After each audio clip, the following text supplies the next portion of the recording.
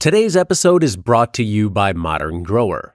Modern Grower is the go-to source for 100% organic, GMO-free microgreen seeds. Trusted by hundreds of growers for high quality and low prices. If you're growing microgreens, start saving at shop.moderngrower.co.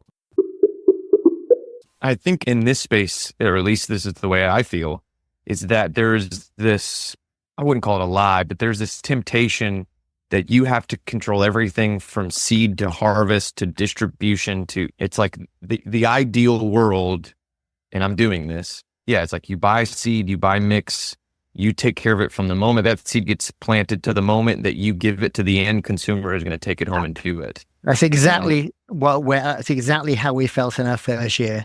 Yeah. And we've moved with one of our huge learnings is to not feel that is the only way to run, that defines an honest business. And any deviation from that means you're not an honest business. That is not the case. We work in a very interconnected world. Nobody makes their own electricity. Nobody supplies their own mains water. Nobody builds their own van. So as long as you're true to your ethics and you know where you stand, then I don't feel there's anything wrong. We work with partners, and businesses are not standalone, isolated islands. They're ecosystems. You can grow your own seed. Yeah, we'd love to do our own seed. Maybe you buy a seed in. You can grow your own seed now. You've got to do all your own fertilizers. You're going to build your own hoops. Where'd you stop? Yeah. And I think I think, and that's done in a lot of ways, it's to maximize profit. Because if you can buy everything in its most simplest form, a packet of seed is going to be far less expensive than a tray of plugs. But yes, maybe you were maximizing the profit gain that you could potentially have on that product, not taking into consideration the risk, the upfront investment, so many different variables. And I think an unfair advantage that we have that doesn't get talked about, and we've talked about it a good bit today, is the advantage of just being at market.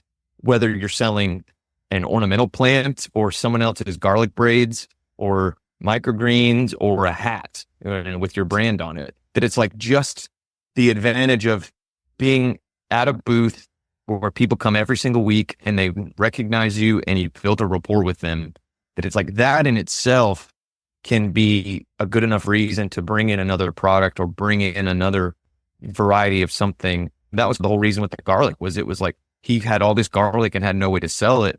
And it's, listen, man, like I've already done the heavy lifting of getting into this market. Let's just bring it and sell it. And I think that was the moment when I realized how beneficial and how much of an advantage it was to be in front of eyeballs, be in front of people walking by, and having that perpetually warm lead of people coming every single week, to the point where, yeah, we've contemplated and we're potentially planning on doing some value added stuff with like pickles, doing merch, talk about propagating some of our fruit trees, our figs and our pears, to start selling those as potted plants next year, bringing in from other farms. And I think, yeah, when you begin to realize how much of an advantage your market is and your place in that market, it really opens up the potential revenue opportunities where maybe it's a small profit margin product, but if it doesn't require much more work, like the garlic, I made $25 selling $100 worth of garlic, and it was no sweat off my brow. He brought it to me. He told me what it was.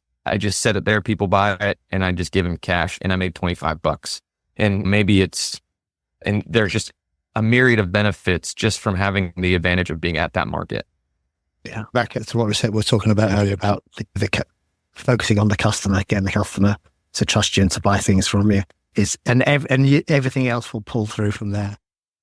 But just reflecting back on what we were saying about this feeling that you have to get the seeds and then manage every stage and sell it to the customer. I think that's a good thing to do in the first year, because you learn every stage, don't you? And then when you can make decisions about, over time, you make decisions about where is your strength, where is your core competence, and where are your interests, where's your passion. And you may turn out that you love that showman. You might be an introvert, but you love that showmanship of being on the market stall. And you could sell customers rusty tin cans, anything. Yeah. because and that's what you love. And okay, then you subcontract the rest out to somebody else. You're giving somebody else work. You're not denying anybody anything here by working in an ecosystem rather than having it all in one legal entity. It's just vainglory to say that ultimately, isn't it? I think we know that in our hearts. We all stand on the shoulders of others and we all cooperate with others in order to live our lives in whatever we do. So yeah, I think try and do as much as you can in the first year to learn that business, and then work out what your strengths and competencies and interests are, and slowly back off to other people who are better at that bit of the business than you are. Why would you waste? You're not going to deliver such a good product to your customer if you're investing an inordinate amount of time on something you're not very good at, and somebody is very good at that and can do it at the same price or cheaper when you cost your time in. Let them do it. If they're the better person to do it, you'll deliver a better product to your customer as a result of making that decision. I'm totally with you guys. And that comes down to, what's your goal as a business? To deliver the most value you can to your customer, which means the best possible product for what they're paying, or to do everything yourself at the expense of value. And they're, again, not mutually exclusive, but you're right. Your customer trusts you to provide the best possible lettuce. You want to tell an accurate story. You don't want to be dishonest, but I'm with you, Rob. If you can't grow a good plug, then you're not going to have a good lettuce crop. Buy the plug or whatever, however it comes down. You hire somebody in to harvest it. That's a slightly different example. But just because you didn't harvest it, does it mean you didn't grow it? You can forever go on nuance. But I think that point you brought about is really good. I think there is a lot of pressure for these small farms to literally do it all, to check every single box for their own values, for the values they think their customers want, for the values they think their Instagram followers want. And at some point, it's just too damn much to keep up with, and you can't do it all. And it's not scalable, is it? Ultimately, it's not scalable because there's only one of me and one of Sarah. We can't clone ourselves. So we don't. At some point, you run out of time. Farm Small, Farm Smart Daily is part of the Modern Grower Podcast Network.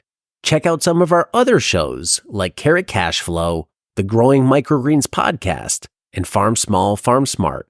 Learn more about the shows using the link below.